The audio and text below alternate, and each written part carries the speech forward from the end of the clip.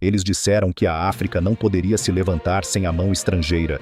Disseram que Burkina Faso estava condenado à pobreza, à dependência e às promessas quebradas de bancos e organizações internacionais. Mas, de repente, algo impossível aconteceu.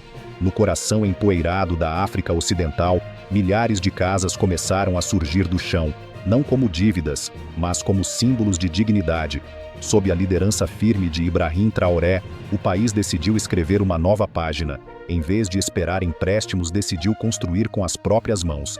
Esse gesto não é apenas concreto armado, é soberania viva. E cada tijolo levantado em Burkina Faso soa como um desafio às velhas estruturas que, por décadas, mantiveram povos inteiros de joelhos.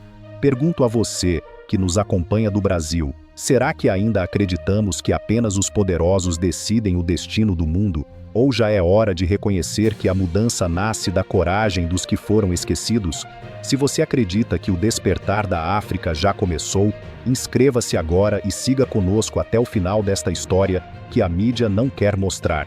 Em 2023, o mundo foi surpreendido por uma notícia que quase não apareceu nas manchetes internacionais. Burkina Faso, um dos países mais pobres da África, iniciou a construção de 50 mil casas gratuitas para famílias deslocadas e esquecidas. Não se tratava de promessa de campanha, nem de projeto financiado pelo FMI ou pelo Banco Mundial. Era uma iniciativa nascida dentro das fronteiras nacionais, sob a orientação direta do presidente Ibrahim Traoré.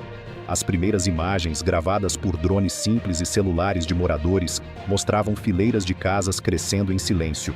Sem logotipos estrangeiros, sem contratos escondidos, apenas caminhões de cimento, tijolos e o suor de trabalhadores locais. Para muitos parecia impossível. Afinal, durante décadas, Burkina Faso havia sido lembrado apenas por estatísticas de pobreza ou por exportar ouro, sem que sua população visse os benefícios. Mas agora algo inédito acontecia. Em menos de alguns meses, mais de 20 mil famílias receberam chaves.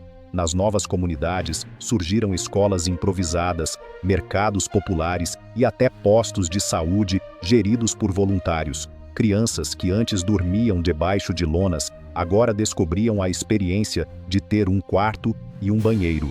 Mulheres que passavam a vida em barracos frágeis, finalmente sentiam o peso da dignidade em paredes firmes.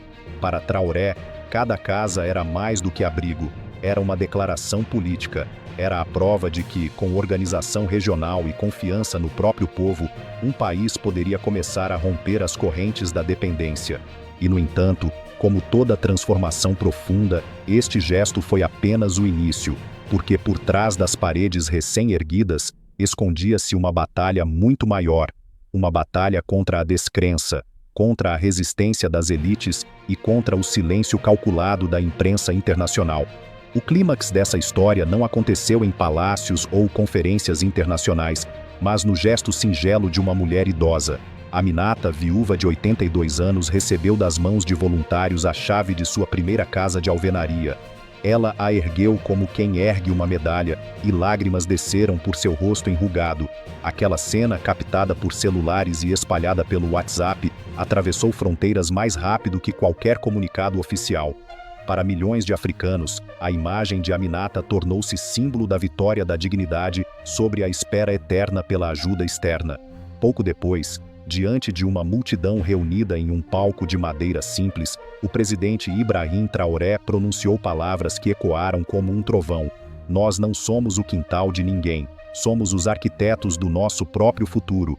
Essas frases não eram apenas retórica política, tornaram-se hino, pintado em muros de Ouagadougou, repetido em rádios comunitárias, tatuado na pele de jovens. Mas enquanto o povo celebrava, o choque reverberava entre os poderosos. Elites locais rotularam o projeto de populismo insustentável. Uma empresa francesa de construção chegou a cortar o fornecimento de peças de maquinário, tentando frear o avanço. A embaixada de um país europeu alertou para supostos riscos ambientais. Agências internacionais publicaram relatórios questionando a transparência financeira do empreendimento. No entanto, nenhuma dessas críticas conseguiu abafar o entusiasmo popular.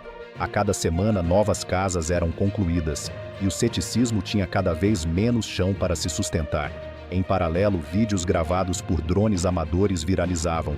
Crianças correndo em ruas pavimentadas, mulheres cozinhando em cozinhas de verdade, famílias pendurando roupas em varais próprios. Assim, entre lágrimas de alegria e ataques de desconfiança, o projeto de Burkina Faso atravessou sua primeira grande prova, o choque entre a esperança popular e a resistência do velho sistema. Os efeitos do projeto habitacional ultrapassaram os muros recém-erguidos. Em pouco tempo, as estatísticas começaram a revelar uma transformação silenciosa. Nas novas comunidades, a criminalidade de rua caiu em cerca de 30%, não porque houvesse mais polícia, mas porque famílias deixaram de viver em barracos improvisados e passaram a ter endereço fixo, segurança mínima e esperança de futuro. A estabilidade social nasceu de tijolos simples. Do outro lado, a vida cotidiana floresceu. Voluntários organizaram escolas comunitárias, professores aposentados voltaram a dar aulas com quadros de madeira e giz doados. Mulheres, antes consumidas pela luta diária pela sobrevivência, encontraram espaço para empreender. Padarias caseiras, oficinas de costura, pequenas fábricas de sabão. A autossuficiência começou a ser construída não apenas em cimento, mas em relações humanas renovadas. Politicamente, o impacto foi ainda mais profundo. Muitos cidadãos que antes viam o Estado como distante ou corrupto, passaram a enxergar em Ibrahim Traoré uma figura de confiança. A política deixou de ser discurso vazio e passou a se materializar em chaves entregues, paredes erguidas, ruas limpas. Nas praças e mercados, a palavra soberania deixou de soar abstrata, tornou-se sinônimo de água encanada, luz elétrica e teto seguro. Esse movimento também enfraqueceu estruturas tradicionais de poder que lucravam com a miséria. Senhores de terras e locatários de barracos, que exploravam deslocados internos, perderam espaço à medida que milhares de famílias conquistavam moradia própria.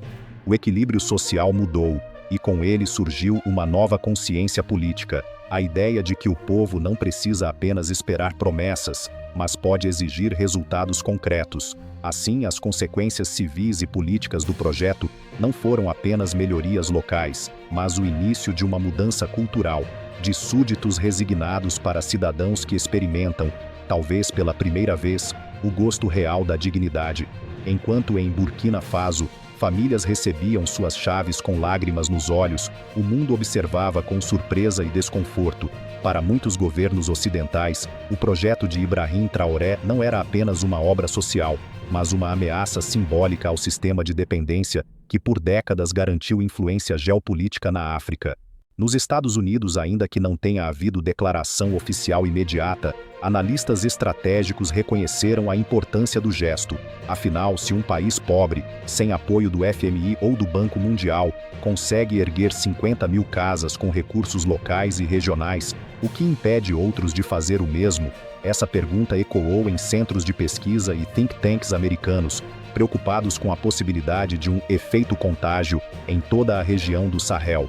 Na Europa, a reação foi mais explícita. Uma embaixada advertiu sobre riscos ambientais e agências internacionais publicaram relatórios sobre a falta de transparência financeira. Por trás dessas críticas técnicas, havia um medo maior, o de que o modelo burkinabê se tornasse exemplo para outras nações ricas em recursos naturais, como Níger com seu urânio ou Gana com seu cacau.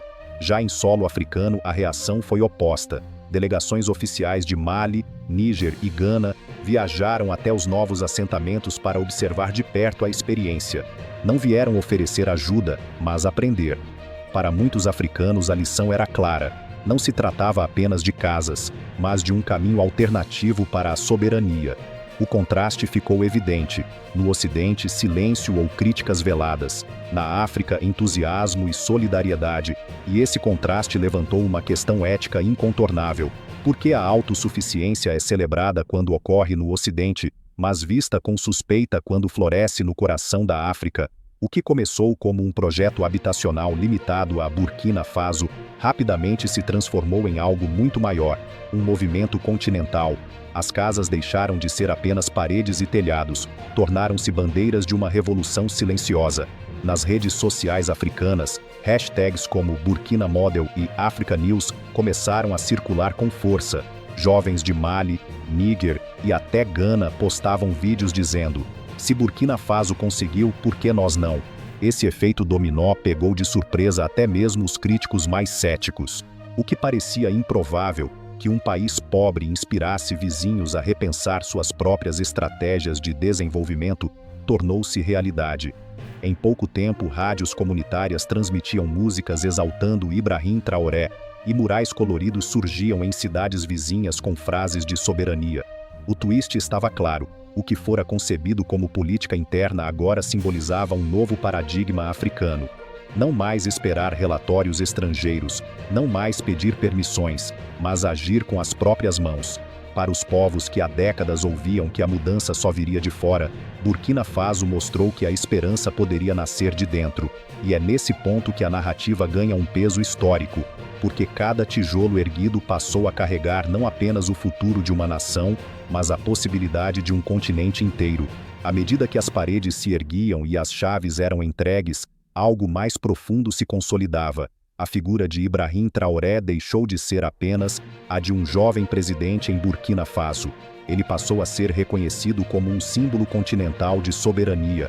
O equilíbrio de poder começou a se deslocar, não por tratados militares ou cúpulas internacionais, mas por causa de lares concretos oferecidos a quem nada tinha. Esse gesto simples redefiniu o debate global.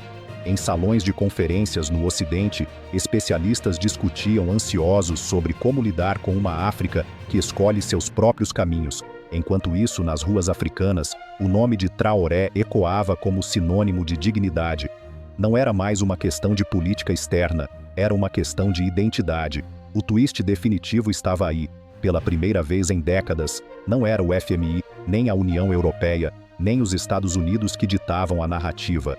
Era um jovem capitão transformado em chefe de Estado que, com recursos locais e parcerias regionais, mostrou que a independência não era utopia. Cada casa construída era, ao mesmo tempo, uma pedra lançada contra o edifício frágil da dependência colonial. Assim, Traoré deixou de ser apenas um governante. Tornou-se uma referência viva, um ícone de que a África pode sim se reerguer por conta própria.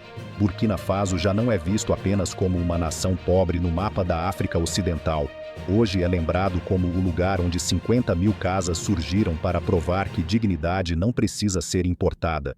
É o território onde um povo cansado de esperar decidiu construir com suas próprias mãos. É onde a esperança deixou de ser discurso para se tornar parede, teto e chave entregue. O resultado vai além do concreto. Crianças que agora frequentam escolas, mulheres que recuperam a liberdade de empreender, famílias que dormem em segurança. Uma sociedade inteira experimenta, talvez pela primeira vez, o sabor de viver sem pedir permissão. Nas palavras firmes de Ibrahim Traoré: "Nós não pedimos permissão para sermos livres, nós nos levantamos para conquistá-la." Essa frase ressoa não apenas em Burkina Faso, mas em cada canto do continente que sonha com soberania real. Se você acredita que o espírito de Traoré é uma bênção para a África, compartilhe esta história. Inscreva-se no canal para seguir conosco a jornada de uma África que não se curva mais. Que a coragem de Burkina Faso ilumine não só a África, mas também todos nós. Lembrando que liberdade se constrói, nunca se implora.